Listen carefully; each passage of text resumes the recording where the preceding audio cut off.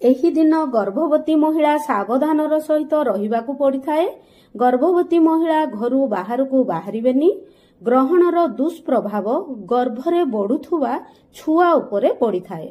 ଧାରୁଆ ଜିନିଷ ଛୁରୀ, କଇଁଚି, ଛୁଞ୍ଚି ଇତ୍ୟାଦି ଉପକରଣ ବ୍ୟବହାର କରିବେ ନାହିଁ।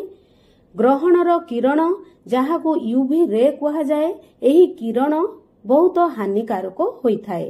ତେଣୁ ଏହି ଗ୍ରହଣ ଦିନ ଏହାକୁ ଖୋଲା ଆଖିରେ ଦେଖିବା ଉଚିତ ନୁହେଁ। କବାଟ ଝରକା ବନ୍ଦ କରିବା ପାଇଁ କୁହାଯାଇଥାଏ ଏବଂ ଗର୍ଭବତୀ ମହିଳା ଏହି ଦିନ ଅଧିକରୁ ଅଧିକ ଭଗବାନଙ୍କର ଧ୍ୟାନ ଏବଂ ଜପ କିମ୍ବା ଧାର୍ମିକ ପୁସ୍ତକର ପଠନ କରିବା ଦ୍ୱାରା ଗର୍ଭରେ ବଢୁଥିବା ସନ୍ତାନ ବୁଦ୍ଧିମାନ ହୋଇଥାଏ। ତେଣୁ ଏହି ଦିନ ଯେଉଁ ସମୟରେ ଗ୍ରହଣ ଲାଗିବ 9:57 ଠାରୁ 1:27 ପର୍ଯ୍ୟନ୍ତ ବାହାରକୁ ବାହାରିବେନି କିମ୍ବା ଚନ୍ଦ୍ର ଦର୍ଶନ କରିବେ ନାହିଁ।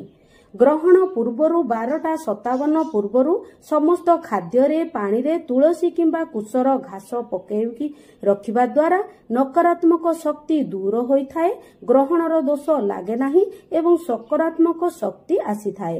ଗ୍ରହଣ ସରିବା ପରେ ଏହି ତୁଳସୀ କୁଶ ଘାସକୁ ବାହାର କରିଦେବା।